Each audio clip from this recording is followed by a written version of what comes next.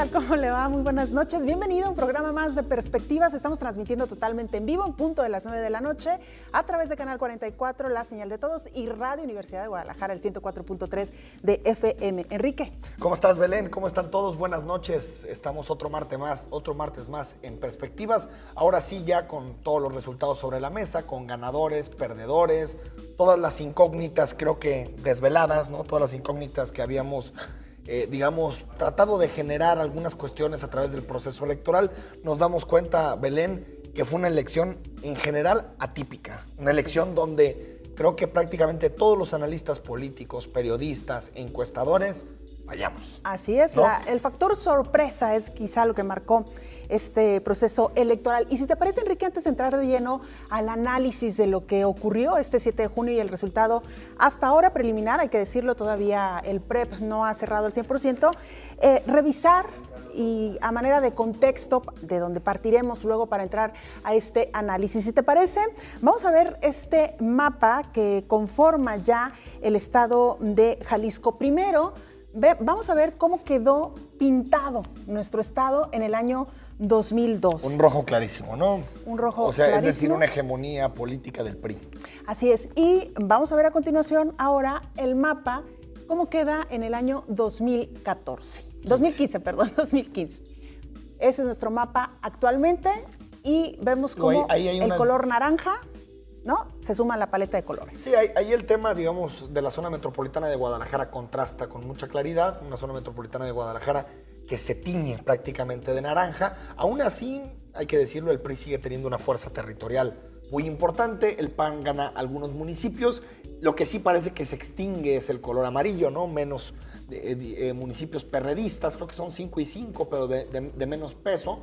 Y bueno, pues digamos, se pensaba que el Partido Verde podía ganar un poco más de municipios. Al final creo que el Partido Verde es uno de los grandes derrotados de la contienda. Y bueno, por ahí creo que un municipio del Partido Humanista también, ¿no? Así es. Sí, que gana creo que Villa Corona. Exacto. Y hay por ahí también de Partido Encuentro Social, ¿no va? Uno en Ayotlán, precisamente. Ayotlán. Morena no va. Morena se queda sin municipios. Sin municipios. Cuando tenemos el total de 9,343 actas computadas, con un porcentaje de avance en el PREP del 94.98%, que por cierto ya se cerró en este porcentaje. El resultado de los municipios en general, 62 para el PRI, 29 para el PAN, 24 para Movimiento Ciudadano, ¿sí? 5 para el PRD, 2 para el Partido del Trabajo, 1 para el PANAL, 1, ya lo decías también, del Partido Humanista, que es precisamente Villa Corona, y 1 más para el Partido Encuentro Social, que es Ayotlán. Que eso es, digamos, la distribución en el plano municipal, donde pues, prácticamente la mitad de los municipios siguen siendo gobernados por el PRI. Aquí lo interesante, Belén, también es analizar lo que sucede con los diputados locales, ¿no? Creo que vamos a transitar, no sé qué opinas, Belén, a un Congreso otra vez bipartidista, aunque ahora no con una fuerza tan grande como el PAN, sino más bien con una fuerza como Movimiento Ciudadano. Veremos ya al final el reparto de curules. Aquí tenemos el gráfico de los diputados y de la forma en que se distribuyen. Es interesante ver cómo de alguna forma el PRI y el Partido Verde tendrán al final hegemonía, podrán ganar 10 de los 20 distritos. Parece que Movimiento Ciudadano se queda con 9, pero hay que poner el énfasis claro en que son todos los de la zona metropolitana, quitando el de Pedro Kumamoto, que es el 10. ¿no? Es decir, si quitamos el tema de los diputados locales, estamos hablando de 10 para el PRI verde, 1 para el PRI solo, y Movimiento Ciudadano, que se quedaría con 9 diputados, y el candidato independiente Pedro Kumamoto, que también gana su curul el 10 de Zapopan. Así es, los 9 distritos que se lleva la Alianza PRI Verde Ecologista es el 1, 2, 3, 4, 15, 16, 17, 18, 19. El PRI solo se lleva el distrito 20, Movimiento Ciudadano se lleva para sí en los distritos 5, 6, 7, 8, 9, 11, 12, 13, 14, la mayoría de zona metropolitana. Aquí ¿no? Lo interesante también, Belén, es que, digamos, la diferencia estará muy clara en el hecho de que como el PRI logra competir prácticamente en todos los distritos, lo hace en zona metropolitana siendo segundo lugar y lo hace en el interior siendo segundo lugar, seguramente eso le dará la mayoría, no absoluta, le dará la mayoría relativa en el Congreso. Movimiento Ciudadano será segunda fuerza, el Partido Acción Nacional una tercera y muy lejana tercera fuerza, el PRD al parecer logrará meter 1 o máximo 2 en una circunstancia de resto mayor, y un candidato independiente. A lo que me refiero es esto. Paradójicamente, el PAN va a ser el partido bisagra en el Congreso. Para sacar mayoría tanto para Movimiento Ciudadano como para el PRI, necesitarán los votos del Partido Acción Nacional, ya que el voto de Pedro Kumamoto, a menos de que alcance a llegar a 18 o 19 diputados, un partido que no parece probable, el voto de Kumamoto tendrá menos peso que el de esta bancada del PAN, ¿no? Que serán 5 o 6 diputados. La gran incógnita, sobre todo lo hemos percibido así a través de las preguntas que nos llegan a los medios, la inquietud por parte de los ciudadanos, es cómo va a legislar un diputado independiente. Él lo ha dicho en reiteradas ocasiones, Enrique, así como hoy la ciudadanía le da un voto y lo hace llegar al Congreso del Estado, de la misma manera él piensa legislar y no suena tan descabellado. Ha logrado tener una presencia importante principalmente en las redes sociales y quizá sometiendo a un poco la evaluación de los ciudadanos en esta retroalimentación que debería existir entre el ciudadano y el diputado, que actualmente no existe. Quizás sea una nueva manera de legislar, ahora sí, con una comunicación directa con el ciudadano. Ahora, digo, esto creo que en términos de discurso se escucha muy bien. Sin embargo, también es cierto que se necesitan votos para pasar los temas, ¿no? Y creo que ahí tiene Pedro Kumamoto una disyuntiva que es muy interesante, porque por un lado, el hecho de haber sido un candidato independiente de partidos políticos le dio mucho peso. Exacto. Y digamos que aliarse con algún partido o tratar de configurar mayorías con partidos le puede desgastar. Sin embargo, si no lo hace, va a ser un diputado muy ineficaz que puede, digamos, llegar a sacar algunos temas a la palestra pública, pero que no podrá pasar ninguna reforma de calado. Es decir, Pedro se enfrenta a esto, ¿no? A tratar de mantener su independencia, pero siempre y cuando pueda formar mayorías y pueda ser útil para pasar reformas al Congreso. Oye, Enrique, ¿no crees tú que el hecho de que sea un candidato, hoy un diputado, un virtual ganador, que sea tan mediático, le va a dar como esta palestra para seguir el trabajo que él haga, las propuestas que presente?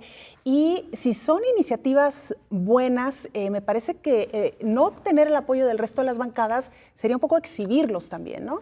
Sí, por supuesto, pero digamos que la palestra en los medios tiene su duración.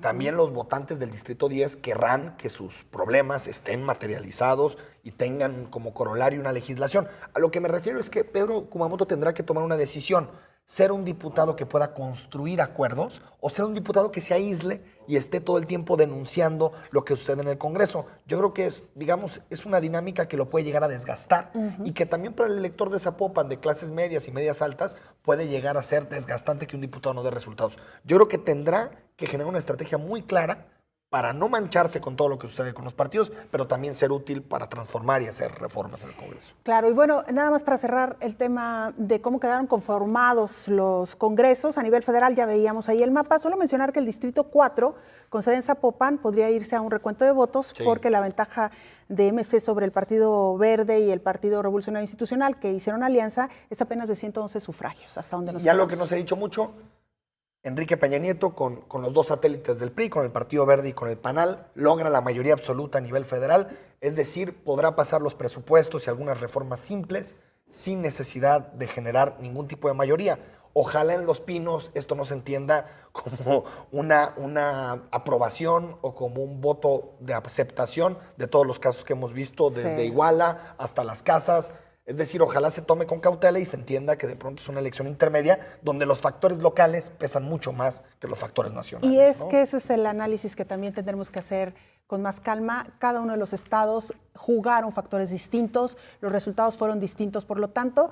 Así que por lo pronto, hoy nos vamos centrando un poco en lo que es Jalisco. Igual más adelante tenemos oportunidad de hablar de algunos aspectos de la elección nacional. Y Enrique, si te parece, vamos a ver también un aspecto en el que tampoco hemos reparado mucho, y es la deuda pública. Aquí en Perspectivas estuvimos preguntándole a los candidatos pues cómo iban a hacer en caso de llegar a la alcaldía con municipios con muchos problemas financieros. Y vamos a ver unos minutitos en pantalla precisamente este gráfico. Son muchos números, pero me parece que la parte importante es ver estas barras, cómo se movieron. Por ejemplo, en el caso de Guadalajara, pasaron de una deuda de más de 2.387 millones de pesos, que fue como la recibió el actual alcalde, la deja con un crecimiento, ¿no? En Guadalajara se redujo. Pasó de 2.666 en 2012 a 2.300 en 2015. Una reducción de 300 millones. digamos, en la deuda de 2012 a la deuda de 2015, ¿no? En Guadalajara. En el caso de Zapopan también hubo una pequeña reducción de 1,460 a 1,125 millones de pesos. Donde hay aumentos claros es en Tonalá, que por cierto es un municipio que prácticamente alcanza el 100% de su presupuesto en deuda, y en Tlaquepaque se mantuvo más o menos igual, aunque hay que decir que son ayuntamientos que ya venían con grandes cantidades de endeudamiento, ¿no? Claro. Lograron contenerlas y sobre todo, Belén, creo que lo que hizo Guadalajara y Zapopan de acertado, lograron hacer que la mayoría de esa deuda se fuera a 20, 25, 30 años para evitar que se comprometieran las participaciones federales, por lo menos en los proyectos más importantes. Yo creo que es un tema que van a tener que tratar los nuevos alcaldes, pero no siento, Belén, que a diferencia de lo que ellos mismos dijeron, sea un problema tan apremiante. Y en el caso, por ejemplo, de Juanacatlán, que es un caso digno de resaltar, pues de tener una deuda en ceros, pasa a 7,252 millones la deuda que dicen, es decir… 7 millones, ¿no? Sí, hay un municipio que triplica, que es el caso de Juanacatlán, hay 2 que duplicaron su deuda, 4 de ellos, como ya lo mencionabas, la redujeron y 5 incrementaron su deuda. Ahí está. Yo creo que es un tema que no es tan importante en términos del manejo del municipio, es decir, es una deuda alta, pues hay que… es imposible negar la realidad cuando se ve. Lo que quiero decir es que si bien la mayoría de los candidatos se posicionaron y dijeron la deuda es importantísima, vas a ver que cuando lleguen a las administraciones le van a empezar a quitar peso al tema. Bueno, ya empezaron, de ¿No? hecho. Alfaro es el 5% de sus participaciones. Yo entiendo que en campaña se dicen unas cosas y al momento de gobernar se dicen otras, ¿no? Que es un poco el caso de Lemus también, ¿no? De Pablo Lemus, sí. Que ha cambiado, ha ido variando sus retos. Se matizan, ¿no? De cómo iba exactamente. Ahora, el papel de los medios es tratar de fiscalizarlos y decirles, señores, ustedes se comprometieron a esto, ¿no? Porque la lista de promesas es tremenda, ¿no? Y además, como decía, suena bastante bien, pero a la hora de la hora, bueno, ya es otro asunto. Enrique, hacemos nuestra primera pausa, pero invitamos a nuestro auditorio, a quienes nos siguen por televisión o nos escuchan en radio, a que no se vayan, porque tenemos 2 invitados de súper lujo, expertísimos en realizar análisis, así que mucha carnita esta noche, ¿no? Para ir desmenuzando poco a poco. Vamos a la pausa y regresamos.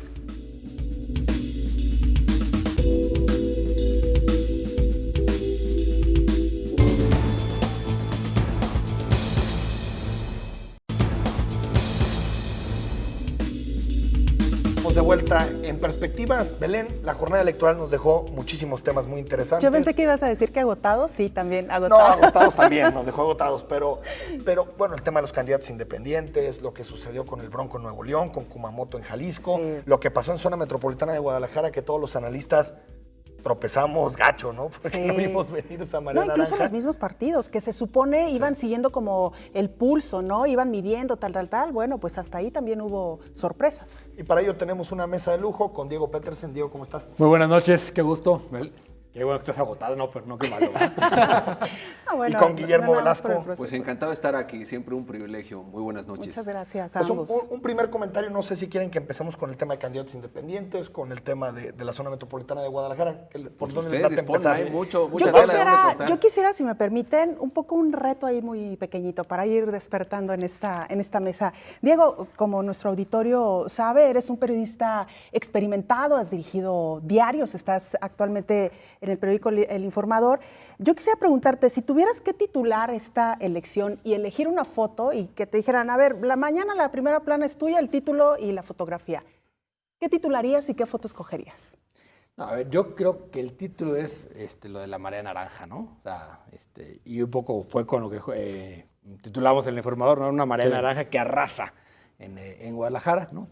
Y la foto me hubiera gustado algo más festivo en la urna, o sea, gente votando, gente, ¿no? Finalmente optamos por la celebración de Alfaro, pero yo creo que la escena que realmente pinta lo que fue esta elección era que la gente estaba contenta. Sí. Eso hacía mucho que la gente no votaba contenta. Y eso yo creo que es el fenómeno de esta elección. Tu titular, Guillermo Velasco, antes de… Fíjate que en el caso de Guillermo le vamos a variar un poquito. A ver. No sería un diario lo que tendrás que titular, sino un informe de resultados de esta elección. Fallaron los análisis, escapó a todo análisis, a toda encuesta lo que pasó el domingo, pero volviendo al tema también, incluso aunque no fuera para el título de un diario, para un informe, ganó la sociedad. triunfo social. Es decir, más allá de la marea naranja, que coincido, pero en realidad la política, a pesar del desprestigio que tiene, la gente se manifestó.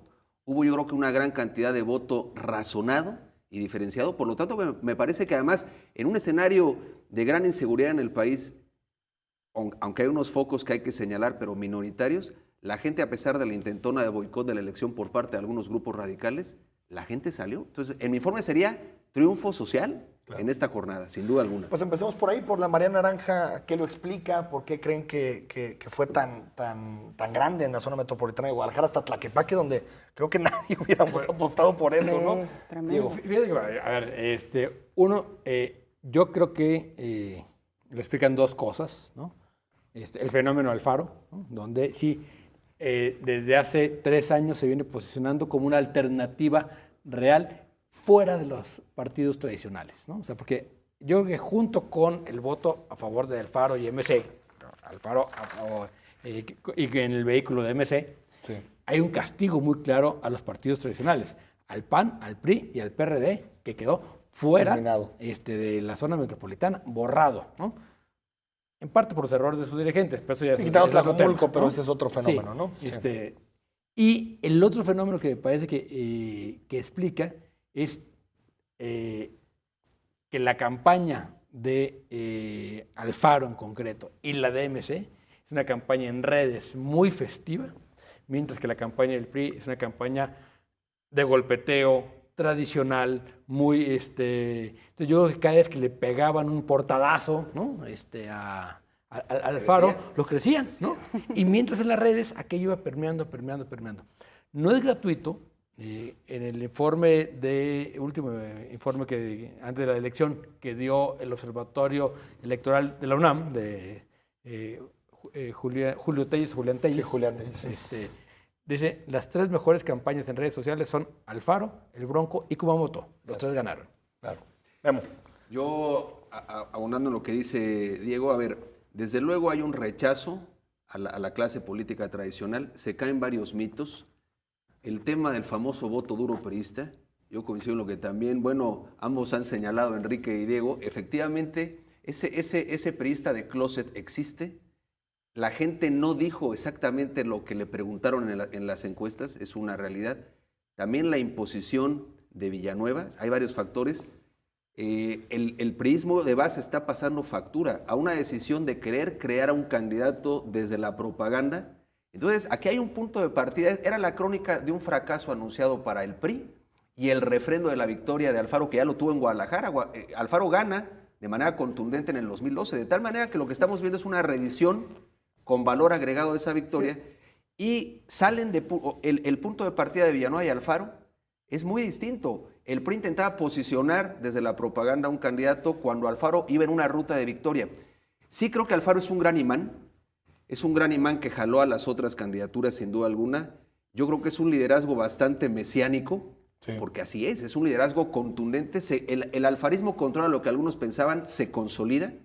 Se decía, oye, no va a haber la estructura, pero es que más, yo creo que se cae el mito de la estructura. La gente salió a votar porque le dio la gana votar, porque votó en libertad, castigó, coincido plenamente, a los partidos tradicionales, pero también hay que decir que hubo una campaña extraordinaria. Y yo diría que además Alfaro es cierto que jala marca, pero hubo campañas en zona metropolitana muy valiosas. Y yo diría que coincidiendo en el tema de redes sociales, que es muy claro, antes yendo un paso atrás, Alfaro y Movimiento Ciudadano fueron capaces de hilvanar un relato compartido con la sociedad, porque si no, el solo desprecio a la clase política no hubiera bastado, ¿no?, para que ellos capitalizaran esto. Entonces se da el rechazo a la política o a los partidos políticos tradicionales, pero de la mano de un discurso que la gente se lo cree. El tema del voto duro a mí me parece interesantísimo, porque yo sí creo, o lo que se cae el mito del voto duro, y por otro lado sí creo que hubo, pues por lo menos, huelga de manos caídas en muchos sectores. O sea, el que el PRI no haya logrado los 250,000 votos en Guadalajara, los casi 400,000 de Alfaro. Se quedó a 100,000. Sí, porque Alfaro había tenido 367 como candidato a gobernador en Guadalajara. Ahora se va a 400. ¿no? 399, si no me equivoco. Es. ¿no? 299. ¿no? Pero el solo voto duro eran 250,000. Hasta ahorita 300,000, ¿no? O sea, realmente el PRI podría haber, estimamos su voto duro en 250,000. Y no llegan a ello. O se la creímos, ¿no? También. O lo no, creíamos, no, pero lo tenía. O sea, del 2000 para acá nunca tuvo... Pero nunca había tenido gobierno del Estado, presidencia. Es decir, no supimos medir tal vez, Belén, no sé qué opines, pero el voto de desgaste, el castigo. Por ejemplo, en municipios como Guadalajara, el voto por el cambio fue el 73% del voto. Es decir, solo el 27% refrendó el partido en el gobierno. Es un mensaje de cambio muy poderoso. Que en eso todas las encuestas la atinaban. Decían, 70% quiere cambio. Bueno, menos algunas, ¿eh? Digo, las que medían eso. las que medían eso. Y luego hacer un reparto rarísimo de los votos. O sea, 70% quiere cambio y gana Villanueva. Y va a ganar el no cambio. Sí, si ya las interpretaciones eran más bien lógica, estratégica y propaganda, también hay que decirlo, ¿eh? Tenemos dos factores, entonces, tratando de analizar qué pasó al interior del Partido Revolucionario Institucional. Uno, su voto duro, parece ser que finalmente no funcionó como se esperaba. El voto de castigo estuvo presente, no sabemos en qué porcentaje, pero quisiera preguntarle sobre un tercer elemento. ¿Qué pasó internamente entre los liderazgos del Partido Revolucionario Institucional? Hubo una operación también, lo que se le conoce como el fuego amigo. ¿Qué tanto apoyó o no o hizo huelga de brazos caídos el CEN Nacional? ¿Qué personajes en específico con nombre y apellido pudieran haber jugado incluso a favor de otros partidos políticos para impulsar el triunfo de otro candidato o de otro partido? ¿Quién operó exactamente? No sé. Pero si revisamos la campaña, ahora sí que echamos para atrás la película, ¿no? Lo primero que sucede es el golpe. O sea, la primera semana no pasa nada, todo el mundo está de vacaciones, ¿no? Era sosa la campaña. Completamente. Y la campaña empieza el 13 de abril con la nota de Papá Leonel. Ahí arranca el baile, ¿no? La nota de Papá Leonel estuvo operada desde México, ¿sí? Y con apoyo del PRI nacional. Sí. Eso no tengo la menor duda de que ahí empieza el golpe. Luego viene un golpeteo muy fuerte del gobernador durante 15 días, ¿no? Entonces ahí había una señal de que había muchos muy contentos de la derrota del gobernador. Y derrotar a los candidatos del gobernador era, digamos, para México bastante positivo, ¿no? Finalmente sacaron la mayoría sin Jalisco, ¿no? Tener 250 votos en el 251 o 258 les daba exactamente igual. Claro. ¿No? Claro, o sea, sí da la impresión de que hubo un sacrificio. Dijeron, ¿sabes qué? Vamos a anular. Y Nuevo León, los Jalisco. Sí. Y Nuevo León. Pero Nuevo León ya se veía. Porque aparte no fue el candidato de la presidencia, de Alfonso Guajardo, ¿no? Exactamente. Entonces yo sí creo que ahí hay una operación. ¿Quién exactamente? No sé. Sí me queda claro que si no hubo la señal de que, oiga, pues, ¿a poco no les gusta más el de naranja, no? ¿Por qué no probamos la naranja en esta elección? Sí, también gente que no salió a votar o que no movió sus estructuras, ¿no? Y por otro lado, si ves la campaña, era absolutamente excluyente. Fue una campaña que en vez de sumar liderazgos, los iba restando. Claro. ¿Sí? Se quedaron con los liderazgos de Más por Jalisco, de Leonel, y nadie entraba, nadie. Y bueno, ahí está la consecuencia, ¿eh? Lo que pasa es que la derrota necesita un culpable. ¿Qué tanto afectó el padre del gobernador en esto? Eso se tendrá que medir. Pero en todo caso, hoy va a ser el señalamiento fundamental y coincido, operado desde el centro. No solamente tras lo de Papá Leonel, si nos vamos también al 1 de mayo, cuando el tema aquello de los narcobloqueos y demás, comienza una operación muy fuerte en muchas columnas periodísticas en México contra el gobernador. Y este escenario se va a repetir. Esto lo vamos a empezar a ver, un golpeteo que está fraguado desde México, con la idea de que alguien pague los platos rotos, que me parece que hay muchos responsables, pero en todo caso el jefe máximo de una campaña al estilo priista es el gobernador, con las decisiones que él asumió, y por lo tanto ahora van a tener que pagar un costo político, y efectivamente el presidente de la República en todo caso gana, mantiene con el PRI, con el Verde y Nueva Alianza el control para el plan, digamos, de reformas estructurales, que ha sido la gran venta del presidente Peña. Y el presupuesto. Yo creo que ya lo que viene no son reformas, quedan 2 reformas por ahí que están... Y no tiene el Senado, entonces. Que es la ley de aguas y hay otra. Es el dinero. Sí. Pero es el dinero. Lo que es el presupuesto, con 251 votos, sale y ya lo está. Y a base cero, que es el presupuesto. ¿Y por qué este distanciamiento? ¿Por qué esta operación? Vamos a un corte de Belén. Que nos respondan y regresando. Platicando esto. Regresamos a Perspectivas.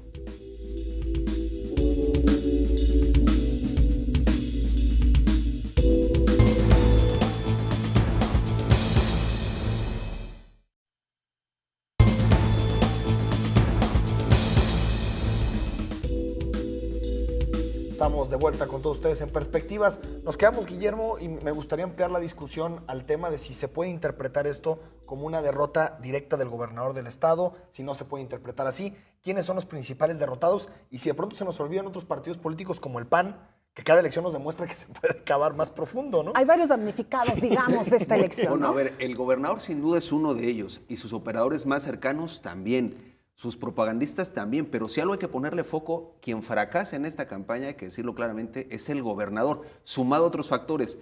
El PAN, yo no sé si ya tocó fondo, no sé si se puede ir más profundo en este tema, pero efectivamente, algún día dijimos aquí que había una apuesta a esta elección de tercios que no tuvo lugar. Entonces, efectivamente, sumado a la muy mala operación, a la muy mala campaña, al fuego amigo y a un PAN que se desfonda más de lo que habíamos estimado, evidentemente hay una serie de componentes que hacen que esto sea un rotundo fracaso. Y yo coincido, mucha gente en México, en el gobierno federal y en el PRI nacional, se frotan las manos porque no les era necesario y ahora podrán de alguna manera con esto. Es más, tiempo atrás ya pintaron raya. A mí me parece que el tema de exhibir a Leonel Sandoval no solamente era incorporar un elemento de más ruido en la campaña, sino empezar a tejer la historia del gran culpable de esta campaña.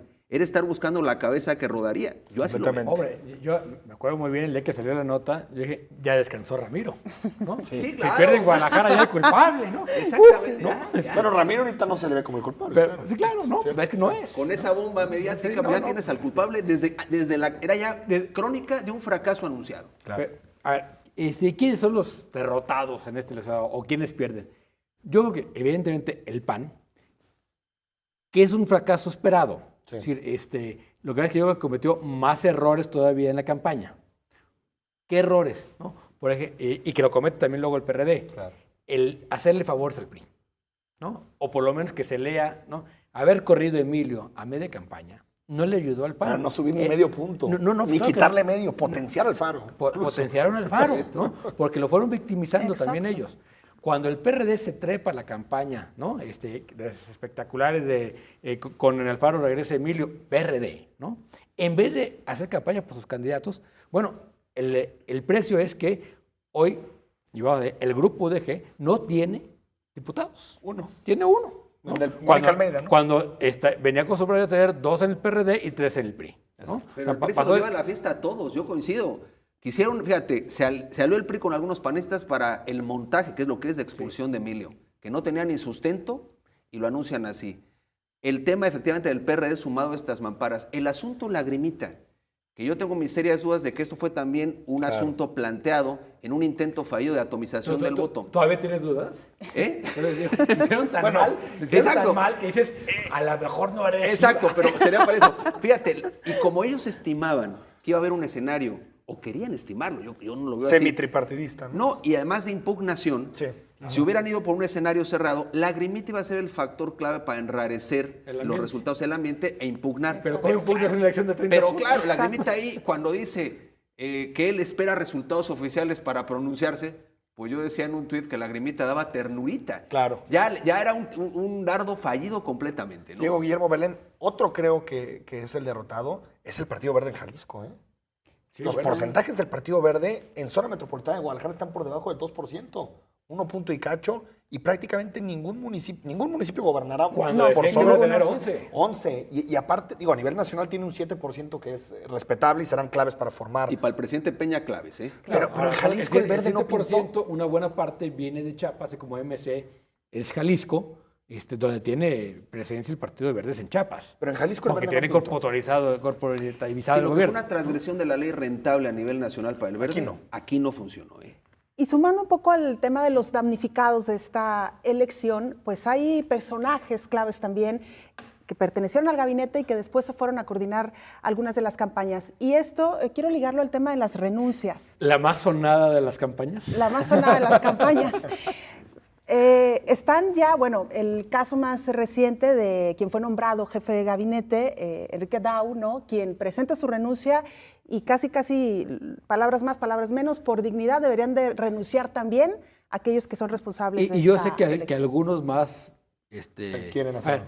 Y una cosa es presentar la renuncia, otra es ponerla a disposición del gobernador. Que no se la O sea, aceptaron, ya. o sea, no, evidentemente, o sea, lo que hace un gabinete cuando hay crisis es eso. Es eso. Y que no es más que dejar en libertad al gobernador para que pueda voltear a ver y tenga una perspectiva más amplia, ¿no?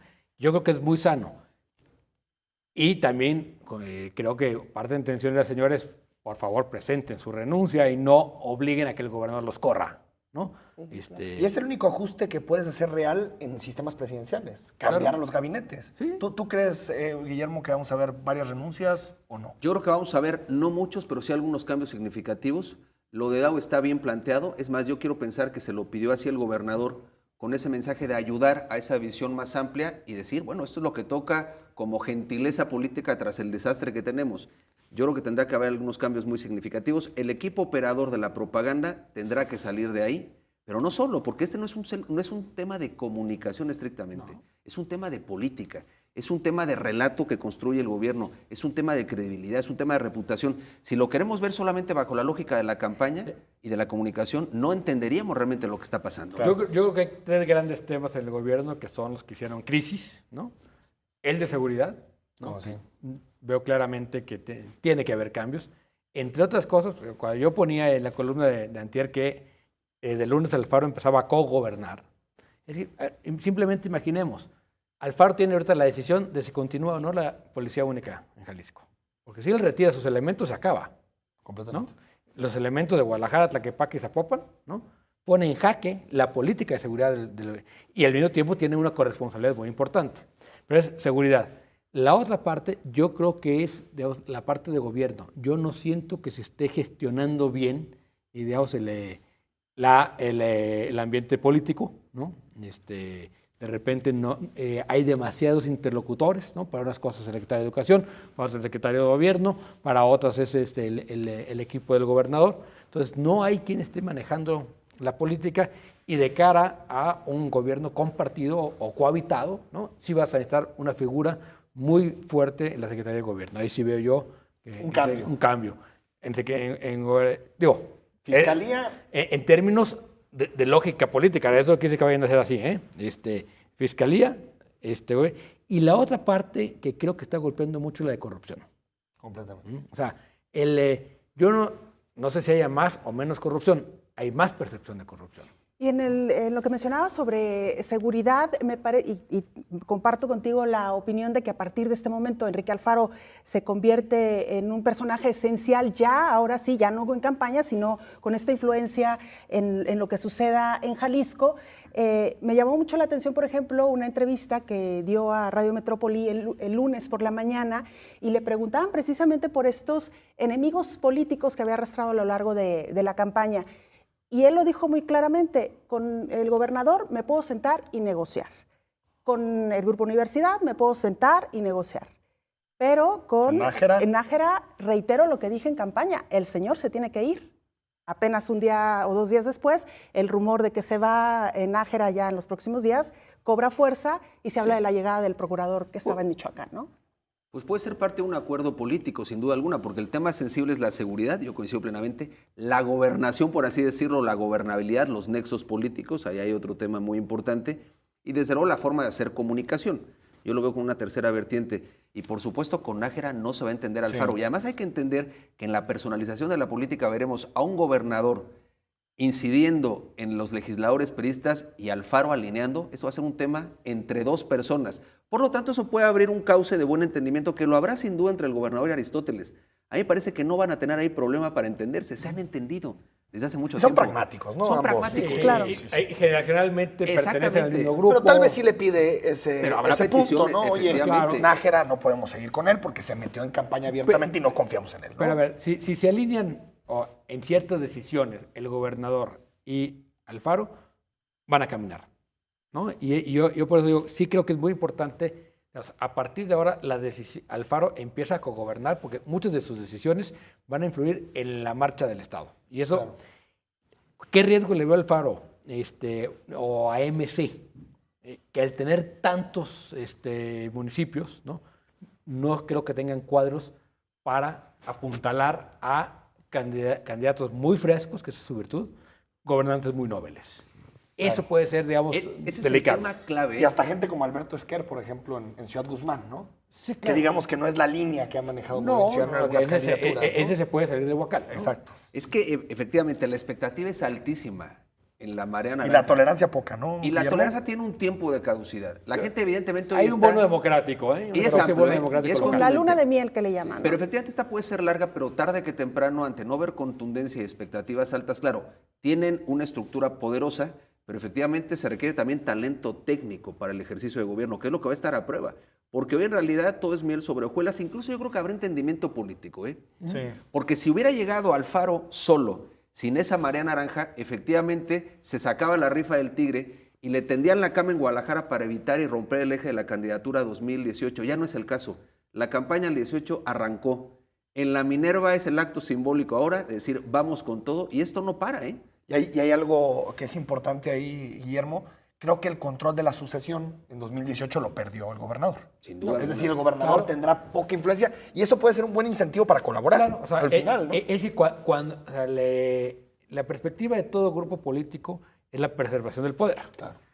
Después de una franquicia como esta, pues yo creo que lo que va a querer el gobernador es salir bien. Por eso sí creo que va a Hay reconfigurar su incentivos gabinete para- claro. de un gabinete de gente cercana y leal a un gabinete de un corte más profesional Técnico. y técnico. Como acabó Emilio. Como que, sí, un Un poco... poco con Víctor, González Sí. Romero, digo. Y la otra cosa que sí creo es que al no tener, digamos, tanta influencia en la sucesión, se puede concentrar en sacar un buen gobierno, ¿no? Y ahí la alianza con Alfaro puede ser muy interesante. Si lo vemos bajo esa óptica, fíjate, socialmente esto puede ser muy benéfico para todos, porque efectivamente tendrás un gobierno que tendrá que dar cuentas y tendrá que hacer cosas pronto, por lo que dure ese bono democrático, un gobierno del Estado ya no obsesionado en la sucesión al 18, sino en salir bien librado, y efectivamente podrá ser un tema de mejor gobierno y mejores resultados. Pero una cosa es clara, se acabó aquí el jefe máximo. Sí, sí. Propio de varios. Aquí eso ya no existe, sino coincido plenamente con Diego, comenzamos la era del cogobierno. Claro. Es así. Vamos a ir un corte en perspectiva y seguimos platicando de estos temas. También uno que se hace muy interesante que puso Diego sobre la mesa, el tema de la corrupción. Así Yo creo es. que el fenómeno Bronco lo explica en gran parte la corrupción en Nuevo León. Regresamos a perspectivas.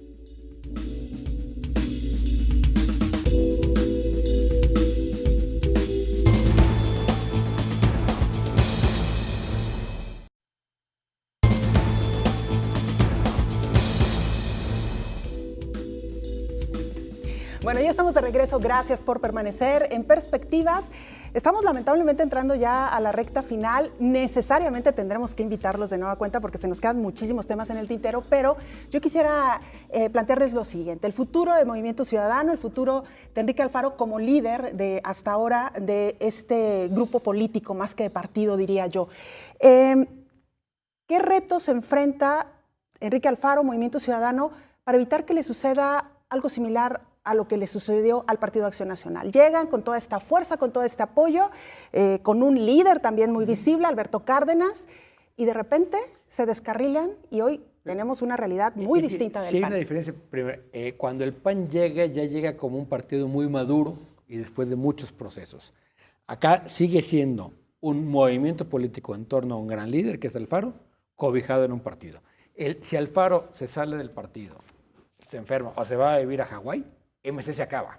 No hay una estructura de partido ni una historia de partido, ¿no? Lo que hay es una historia de sobrevivencia, ¿no? De ir de rémora, y esta es la primera vez que va solo porque encontró un liderazgo. Yo creo que el gran reto es, si quieren ser partido, que no me da la impresión que quieran ser, o sea, porque lo que tiene muy atractivo MC en este momento es que no tiene ni principios, ni doctrina, ni se anda con... Entonces tienes a gente de izquierda claramente, procedencia de izquierda como Clemente Castañeda, hasta empresarios totalmente de O Héctor derecha, Álvarez, ¿no? Sí, o Héctor Álvarez del PAN, o Diego Monraz, etcétera, ¿no? Entonces, todo eso cabe en torno a un gran liderazgo, para bien y para mal, ¿no? Porque el momento que se tropiece Alfaro, se acabó el movimiento. Fíjate que otro gran desafío es la independencia que tiene que marcar Alfaro respecto a al DF en los intereses macro que pueda haber de cómo utilizar ahora un personaje como Alfaro. Porque la izquierda, que ese es un fenómeno a analizar muy interesante, se divide, pero efectivamente ahí está en conjunto la izquierda es lo mismo que el PRI para efectos prácticos en la Cámara. Tienes a Morena, tienes al PRD, ellos ubican en ese costal de izquierdas a MC, y efectivamente está de por medio la candidatura al 18 de López Obrador. Él ya da un zarpazo muy contundente con Morena en el DF. Ahí hay presupuesto, mucho dinero para una campaña. Y él ha externado en varias ocasiones, aunque dice de momento que no hay ninguna alianza, que él irá solo, lo cierto es que no va a ser así. Es imposible. Es imposible. Sí. Sus operadores están planteando el tema del agrupamiento de las izquierdas, donde MC está considerado, evidentemente. Sacó 6%, Guillermo. A nivel Y entonces nacional. esto, Altísimo. a lo que voy, que el gran desafío es mantener lo genuino del proyecto político, porque efectivamente la tentación de sucumbir a ese macroproyecto, que por otro lado sería explicable, y veremos qué pasa, comentábamos hace un momento, digo yo, qué va a pasar con la bancada de MC en el Congreso Federal. Evidentemente, todo apuntaría a que sea Clemente Castañeda. Lo que está aportando en legisladores MC Jalisco es bestialmente importante, es la mitad. Pero la pregunta es, ¿se va a ratificar Dante Delgado en ese compromiso o no? Claro. Y ese es también un desafío, ¿eh? Y otro tema que se me hace interesante es cómo en Jalisco, en realidad, la elección se construyó en torno al eje PRI-ANTI-PRI sobre todo. Es decir, esta idea de la derecha y de la izquierda creo que no tuvo ningún peso, a diferencia de 2006, donde con Andrés Manuel y Felipe Calderón. Es decir, al no haber candidato a la presidencia de la República, ¿no? Es un asunto estrictamente local y fue un referéndum. pero digamos, ¿esa lógica se podrá mantener ya con Movimiento Ciudadano teniendo hegemonía en la zona metropolitana o cambiarán las directrices políticas? Porque tú decías, y creo que es un análisis importante, no hay casi nada que los una a los que están al interior de Movimiento Ciudadano más que Alfaro. ¿Eso es sostenible en términos de proyecto político? Yo creo que a largo plazo no. Al A 18 2018 sí, ¿qué es lo que Sí, los o sea, une, va? yo creo que el proyecto Alfaro es al 18 y me temo que pueda cometer el mismo error que han cometido todos los que llegan a gobernador, que empiezan a pensar en querer ser presidentes. Y ahí es donde se pierden. Porque ahí sí va a ser muy difícil, ¿no? Si hacen muy buen papel como gobernador, suponiendo que llegue a ser gobernador, entonces podrán pensarlo. Pero si desde el principio empiezan a meterse en eso, van a darle en la torre a todo lo que han construido. Sería parte ahí, sin duda alguna, del acabose, ¿eh? Las ambiciones desmedidas pueden ser la principal traición. Ahora, la polarización al 18 se dará los ejes PRI-ANTI-PRI. Pero después hay un mensaje muy importante en la sociedad, es que la alternancia se puede dar en cualquier momento.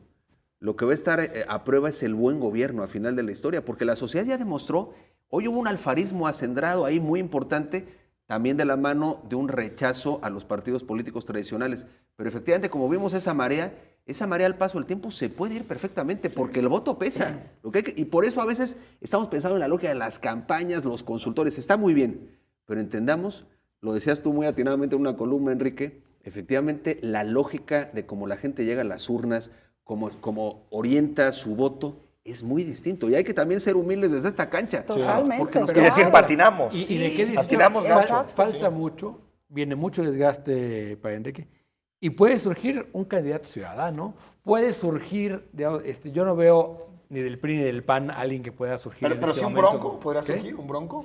Pero un bronco, ¿no? Jalisco. Puede, claro, ¿por qué no? O incluso, digamos, una escisión dentro de MC. ¿Qué es Yo justo? creo que MC, el problema es que cuando solo tienes una piedra angular, ¿sí? Para construir un arco te da, pero ya todo el techo se pone... Pero puedes vender mucho futuro todavía, ¿no? Sí. Pues No, es la que- gubernatura, bueno, sí, pero que es el tema, ¿no? eso es justo y quizá estamos ya caminando muy adelante, pero existe esa posibilidad también, que dentro de Movimiento Ciudadano surgiera por ahí algún liderazgo que Que de desafía. último momento se le antojara, ¿por qué no? Hacerle la competencia a Enrique Alfaro Algún de buena alcalde, altura, El ¿no? algún alcalde poder, estás el pensando. poder lleva a la gente a hacer muchas tonterías. Sin duda. Fíjate, Claro. ese punto es importante. Hoy a muchos no les va a empezar a gustar decir que el gran imán es Alfaro. Y lo es, de momento. Pero todos los políticos que llegan con él gobernando ciudades importantes tienen su corazoncito y su ego. Y es lógico. Y sus ambiciones. Y sus ambiciones naturales. Y la política es Y así. van a tener equipos que les van a hablar al oído, Por les van a hacer supuesto. Sí ver, te va a ¿no? alcanzar. Todos tú se van a fuiste. ver. Y entonces también ahí, ojo, porque esto es hoy, el imperio Alfaro puede empezar a tener de pronto sus ciertas fisuras. Claro. Él lo tendrá que saber manejar, pero las ambiciones son las ambiciones en la política y luego la gente pierde la realidad en 2 meses de gobierno. Un comentario, Guillermo Diego, sobre el tema Pedro Kumamoto. ¿Podrá hacer algo en el Congreso? ¿Qué debe hacer en términos mantenerse completamente independiente? forjar mayorías? ¿Eso lo debilita, lo fortalece? ¿Qué opinan de esto? Primero hay que esperar a ver cómo queda la conformación del Congreso para ver si su voto es clave o no. Que parece que no. Parece que no. O sea, El PAN será clave, eso sí. El PAN sí, pero digo, ahí incluso tenemos diferentes todavía números sobre cómo va a conformarse el Congreso, ¿no? Es complicadísima la fórmula, yo ya estoy metido. Y hasta que no tienes el último de las casillas, lo que hagas todo puede cambiar, porque puede cambiar por una décima. Sí, ¿no? por el resto mayor. Por un resto mayor, en una décima se va de un partido a otro. Pero bueno, yo creo que Pedro, en ese sentido, uno tiene que ser una diputación muy distinta, o sea, independiente, no solo con respecto a votar según su conciencia en cada voto, sino independiente también en cómo ejerce y participa en el ambiente del Congreso, ¿no? O sea, nada de junta de coordinación, nada de eso. Primero no le toca, porque como son, o sea, no, en la ley no existen los Bueno, independientes, pero le tocará, ¿no? Pero sobre todo que no, o sea, tiene que mantenerse, digamos, atrás de los partidos. En las formas. En las formas, ¿no? Y luego tiene que dosificar la enorme victoria y el fenómeno mediático en el que se está convirtiendo. Porque eso sube como espuma, pero proporcional a eso puede ser el fracaso de una expectativa no cumplida. La gente se creyó, y qué bueno, las candidaturas independientes. Él tendrá que mantener esa genuina independencia, desde luego. Es parte apetecible del pastel, porque aunque no tenga un voto definitivo, el canto de las sirenas va a estar a todos los medios, ¿no? Y los medios. Está muy atractivo. Y luego también ¿no? tener, lo comentaba hace un momento, digo, antes de entrar al aire, una agenda puntual de 2, 3 cositas, yo coincido plenamente, que tenga que hacer, porque el tiempo se va muy rápido. ¿A qué le va a apostar en una agenda concreta con perfil ciudadano? Con perfil ciudadano y que tenga que ver con su distrito, porque yo creo que Pedro lo que tiene que hacer es buscar la reelección. Claro, a mí me da la impresión... No, es que el error que podrían cometer es, ¿Sí? es de repente... Bueno, ahí está el otro candidato independiente para la próxima Es el elección. mismo error que podría cometer cualquier político Pierde lo genuino. que quiera ser de gobernador a presidente de la República. La ambición no solo es de los políticos. No. A ver, no, ese es su político. Pedro es un gran político. Y un político reivindicando la política. Reivindicando la política. Es naturaleza y humana. Por lo mismo tiene que cuidar qué es lo que plantea como posibilidades y como carrera. Tiene 25 años.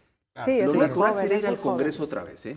Y consolidar eso. Y consolidar ¿no? eso, porque es lo que la gente apreciaría, lo genuino de ese proyecto diferente.